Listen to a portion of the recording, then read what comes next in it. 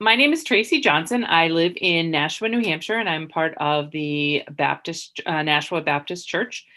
And I was able to listen to a wonderful talk. I forget the gentleman's name on making connections, and there was some really interesting information in there that I thought was good tidbits that I hadn't thought of before. And I've done VBS for a while, so I hope to share those with you. One of the things that he kind of made sure we all knew is who is the most important person at VBS. Is it the director? Is it the teacher? Is it the child? Interestingly, the most important person at VBS is the guest. Sandy, I cannot see the chat feature, so if there is anybody that has a question, please feel free to put it in the chat, and somebody can either interrupt me if it's a time-sensitive one, or we can just continue and I can catch them at the end, but I don't want you to forget them. So go ahead and put them in the chat if you have a question. Yep, and I'm watching them. Okay, thank you. I have too many screens and I can't see that one. So the most important person at VBS is the guest, and the guest at VBS might be the child, but a guest could also be the parent that's dropping them off, or the grandparent, or the babysitter. So we want to consider all of those people, and we want to treat them as a guest. We want to make sure that those people are treated in a special way. And there are four really important things to consider when you're connecting with a guest. And connecting and contacting them is key. So this also is good information when you are thinking about a first-time visitor in a church too. So I'm going to kind of talk about both of those, because there's a visitor at VBS that we want to connect with, but there's also the people that may come into the church that we want to connect with. And hopefully there's a visitor from VBS that comes into the church and we want to connect both ways there. So there are some basically four different pieces of information that helps get your church in a good shape for welcoming guests. So people are the most important tool that you have to reach out to others.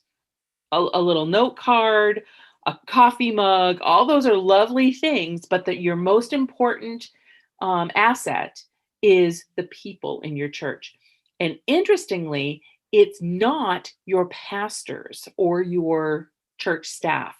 When a person is contacted initially by a pastor or a church staff member, the likelihood of that person returning to church reduces by 50%.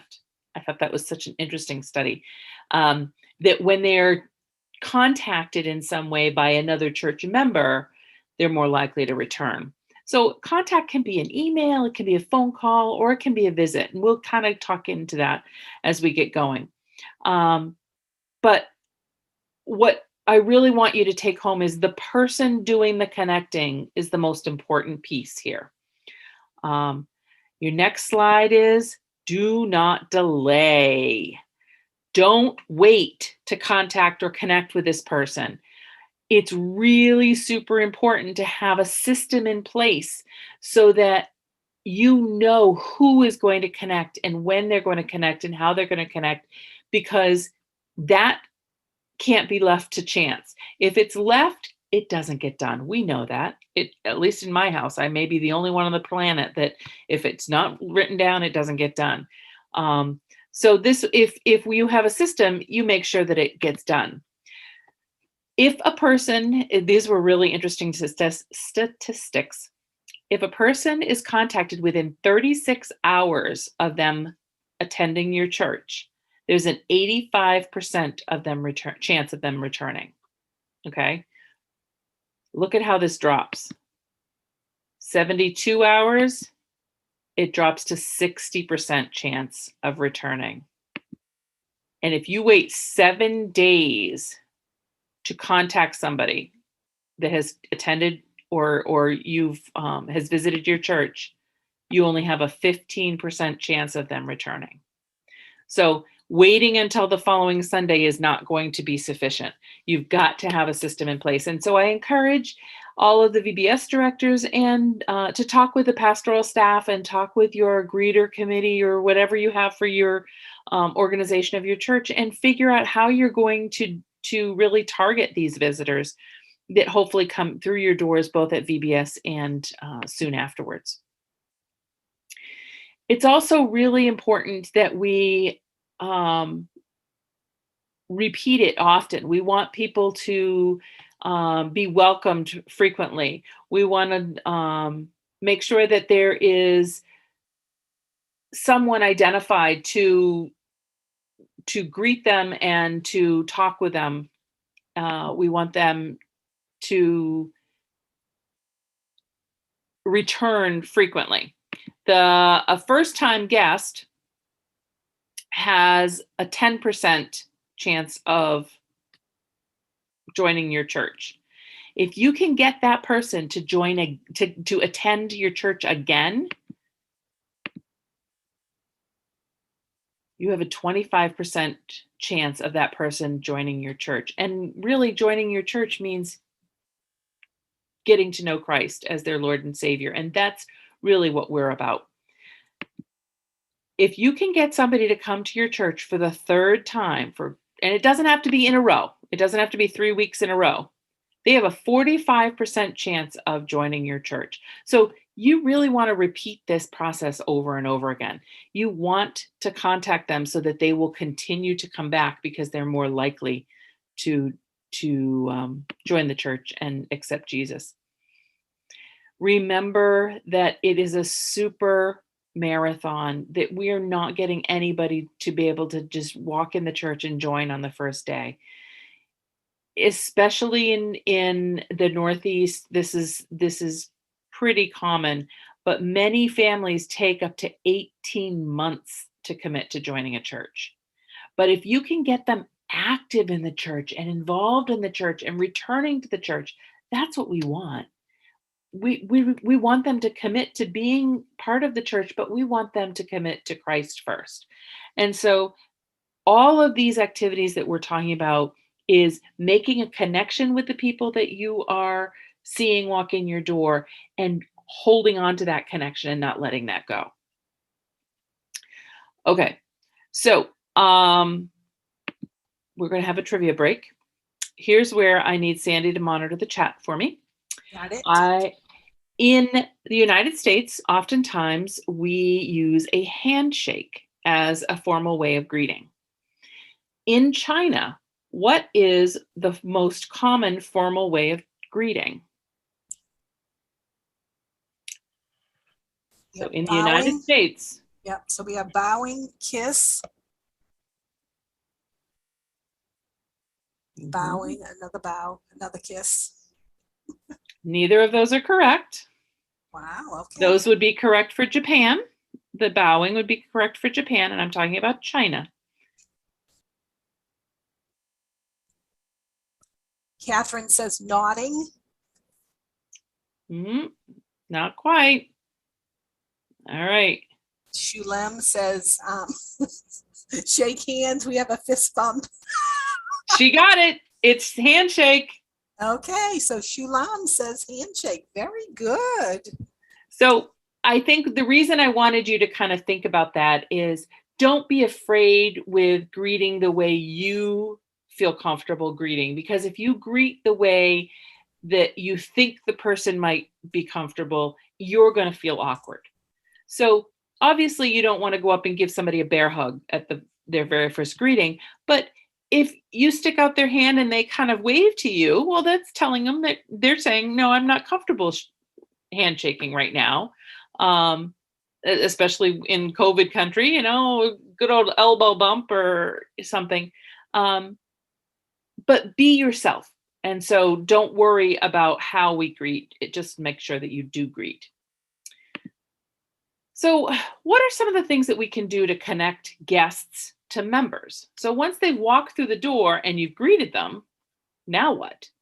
So some of the things that we can do to help make people more comfortable, more um, feeling like you're part, you understand things, and that you're not kind of singled out as somebody new. Um, One of the suggestions is everyone in your church should have name tags, not just the new people, because the people in the church already know all the names. So it's easy for them to remember the new person. The new person doesn't know anybody. So they're the ones that need the name tags so that they have a way of saying, "Oh yeah, you're Johnny," or "You're Sarah and Joe." Um, you want them to be able to remember a name, not because it's important for them to remember a name, but because it makes them feel more comfortable. So you can use just first names, just have it written on a tag, and everybody can write them out, and you're good to go. It's not super expensive, but it makes a guest feel welcome.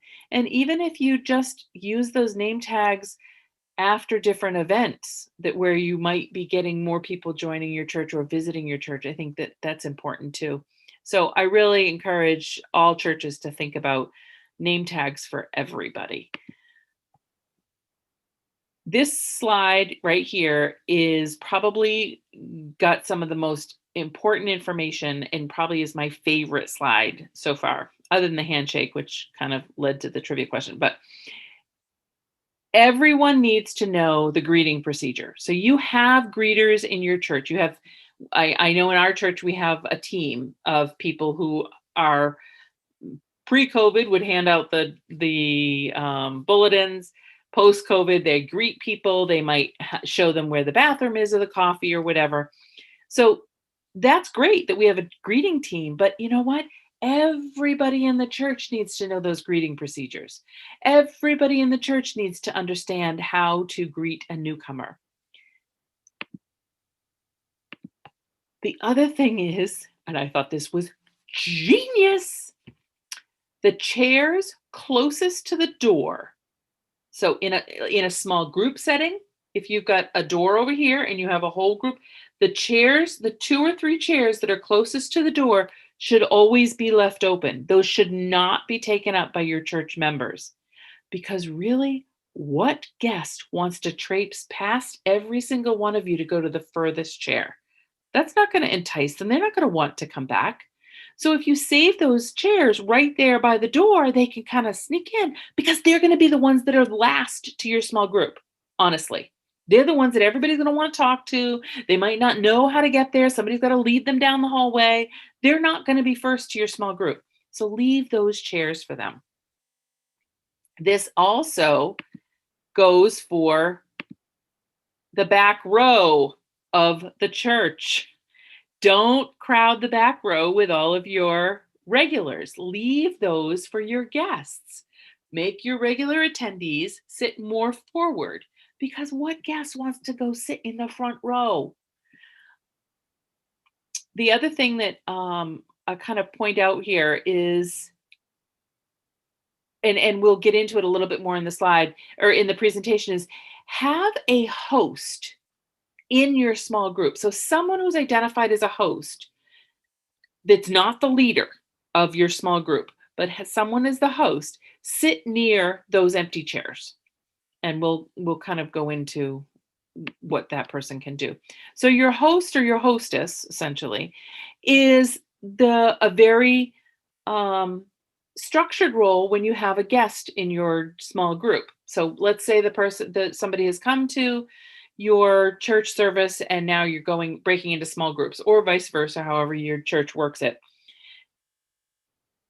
The hostess or the host can help find the materials that the person might want to know. Oops, I have these out of order. All right, so we'll go in order. So we're going to attempt to find a buddy system for your host or hostess. So if you have a women's group and you know that there is a young lady coming to join your women's group, you might want to have the host be somebody that's more the same age as that young woman. Then you would rather the somebody who's more of a senior saint. Same the other way around. So try to find somebody that kind of approximates that person's age set or family. If there's somebody with a family, find somebody that has a family as well. You want to make sure you have the host or hostess in your small group. And that host or hostess is there to introduce the guest to the other people and to the leader. Hi, we're welcoming you. Hey, this is Miss Sherry, and Miss Sherry is going to, we're in the middle of a study on Jeremiah, and this is Miss Sherry does it this way. She starts with a prayer request and she does a lesson, and then we do a video, and then we wrap up with some prayers. So that the guest kind of understands, what am I getting into? What's expected here?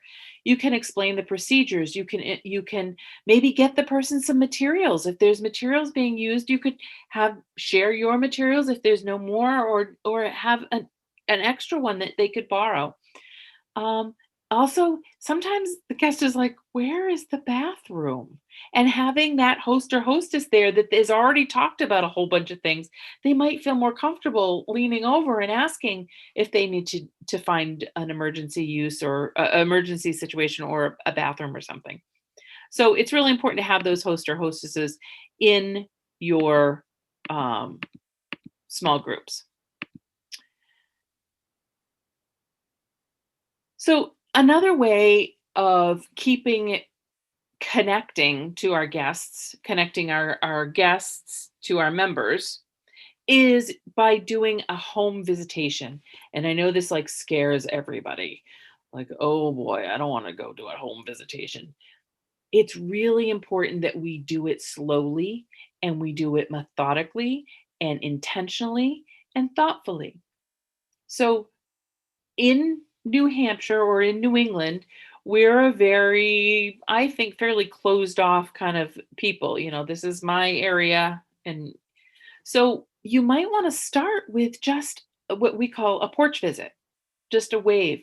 Hey, I brought you a coffee mug from church. I'm just going to leave it right here on your porch. Have a great day. Bye. So you're not looking to engage in a long conversation. You're not looking to be invited to the home for any reason. You're just dropping by to say, "Hey, I was thinking about you, and I went out of my way to drop this card, this coffee mug, this whatever off to you. And I just wanted to say it was really nice to see you in church, and I hope to see you on Sunday." So by having, and remember our previous slide, that's not going to be as effective if it's our church staff. It really is more effective if it's our church body. But the key is to do it, and to do a brief visit, a brief porch visit. And then if the person wants to, you can maybe meet up somewhere for coffee, and as a way to connect, but not kind of be in somebody's face, or putting them in an uncomfortable situation by coming over to your house. You could just meet up for coffee, and then you kind of build that relationship. And those are just as important as having the greeter or the hostess be there at church. So, of course, when we talk about these things, there are always things that we want to avoid. We don't want guests to feel uncomfortable when they're in church. So, here are some general outlines of what to avoid. Try to avoid forming cliques. It's really hard for a guest to kind of come in when there's all kinds of inside jokes or inside stories or things like that. There's a time and a place for that. And maybe on Sunday morning isn't the best time if you have a new guest in the room. Don't assume that the routines that you have are obvious to a new church person.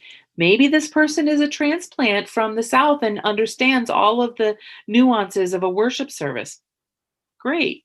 Maybe this person is brand spanking new to organized religion, doesn't understand, and they're doing all they can just to keep it together in this building.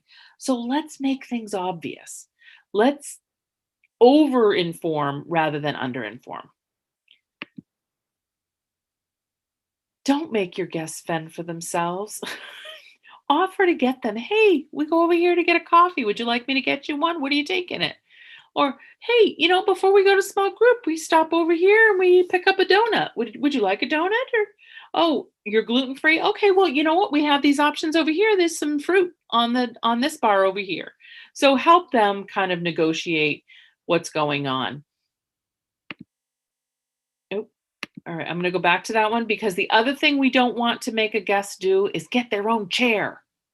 At least we can do is to provide them. There's nothing worse than walking into a sanctuary and everything is filled up and they have nowhere to sit except for the front row. So we want to make sure. I know that there are a couple of people in my church and we all kind of keep an eye out for if somebody shows up later or maybe after the songs have started, and we can just pull some chairs in from another room if the sanctuary is crowded. So we want to make sure that our guests feel welcome and make them feel like they're not an inconvenience. So in the chat, I want you to write down one thing that your church does really well when it comes to connecting with guests. It's important that we all talk about the things that we do well as the things that we have to work on. So we're going to start with what does our church do well? How do you connect? What's something that you think is pretty special about your church? And even if it's just, we have great tasting coffee.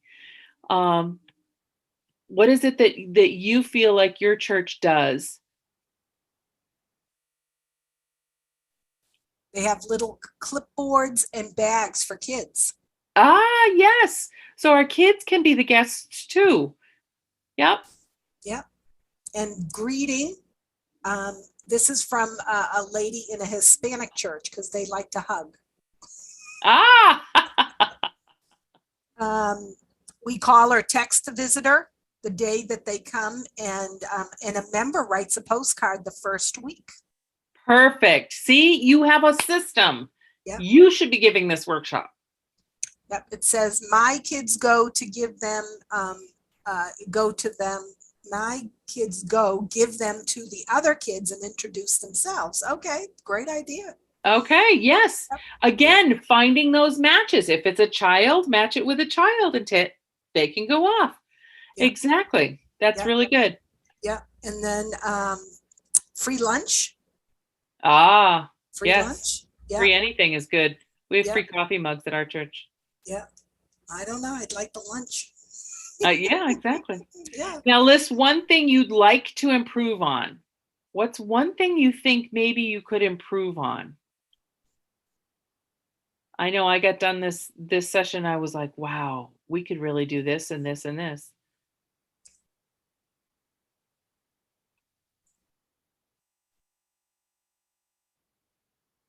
I was chatting with somebody in the chat, and I talked about we need to create a culture of greeting, a welcoming culture, and it does. It's an art. It is. It truly is. Yeah. We have one gentleman in our church who opens the doors for everybody as they come in, and you know what? And we have 2 entrances, especially with COVID was coming along. We had to make sure that people had their temperatures taken. So we had greeters at both doors. Yep. Yep. So less clicks. I mean, that was one. So less clicks. Yeah. Yep. Yep. Yep. More well-trained and intentional greeters.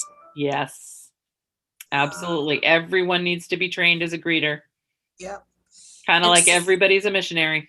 Yep. And then Amy says, I feel like so many people are greeting in front of the door. It is hard to get through. Then no one else necessarily speaks to them in the sanctuary. Now that's a good observation. That really is a culture of the church. I had belonged to a church where it was really like, once you're in the sanctuary, we want no talking. And other churches, like, the sanctuary shows the love of Christ, and however that's expressed. So yes, but I do agree with you that there's sometimes people are so busy greeting at the door that they kind of get lost after that. Okay, I got in the door, now what? Where can I go? So we do need to make sure that there is some greeting going on maybe after the service. Hey, I don't know if I've met you before, but my name is Traci, kind of thing. Or people who are inside the sanctuary, and as they see new people, they make a beeline for them, Yeah. so. Would you like to come sit over here? Or kind of Yeah. thing. Yeah. And so Amy's wondering, whoever mentioned the postcards, do you purchase them or create them? So somebody in the chat mentioned postcards, that the members write out postcards. So she's asking. And then Traci, the other question was your statistics, Yes. where the original sources were. I can get that. It was from the gentleman that I listened to the webinar on. Right. So And I will. and I've heard those statistics too. And I think my source was the outreach.com. So, Okay. and I don't know, but I've heard it other places. So I don't know if outreach.com was an original, or Barna or Lifeway sometimes will have those type of statistics, but. I can look it up when we are finished, as we're going through the other two sections, and I will have it at the end. How's that? Okay, great. Great. So the last thing that I kind of wanted to focus on is this gentleman called them SALT centers. So these are key areas, things that we want to have in place to help people want to return, things that make them want to return. We need to be able to give attention to people as they come in, but also give attention to our guests before they even get to our door. And so that's what this one is kind of about. Let's make sure that we have a really good website, because let's be honest, people are looking for churches online now. They are going to the websites. What does this church have to offer? Maybe if you're still offering an online service, they might be checking you out there, but definitely an easy to use website that's clear, has your mission statement, has your activities, something that looks professionally done. Want to make sure that your bulletin boards, once they're in the building, look clean and organized, that they're not just random things stuck up all over the place that have been there for 3 years. So we want people to think that we are attentive to what's going on in the church. And I'm not talking about we want people to think that about something about us that we're not. We want to be organized, and we want to demonstrate that we understand our organization. You want to have good signage. Something, and I think I spelled that wrong. Yes, I did. Sorry. Signage. Signage. We want to have indicators. The bathrooms are over here. The preschool's over here. Small groups downstairs. Fellowship hall this way. Those kinds of things. Handicapped access bathrooms are over here. Our elevator is over here. We want to make sure people can see where they might need to go. We want to be able to offer them that information if they ask, but sometimes they like to just try to figure that out for themselves.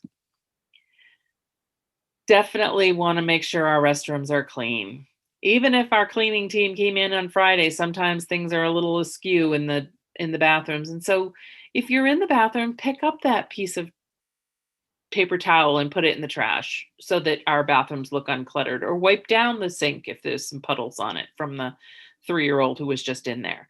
So just, we want to make sure that things are looking together, put together. Maybe a fresh coat of paint. Sometimes I know our church is having a work day this Saturday in preparation for Easter, because we think that we might have guests coming on Easter. So we want to have kind of our best foot forward. Make sure you have some curb appeal. Do you have somebody in your congregation that's really good with horticulture and plants? Do you have people that maybe some teenagers want to get out and sweep the parking lot after the winter salt and sand kind of thing? So make sure you have some good curb appeal. And then make sure you have signage for I spelled that one right, for your parking. Do you have handicap parking available? Do you have parking for elderly? Do you have parking for visitors? You know what I also heard recently is some people have allocated a couple of spaces parking for parents of preschoolers. The one so that they're kind of near the door or at least on the parking side of the door so they don't have to cross over a parking lot. And I thought that was a genius idea. Just allocating 3 or 4 spots for people with preschoolers so that when the preschoolers get out of their car, the small children get out of their car, they're not running through the parking lot.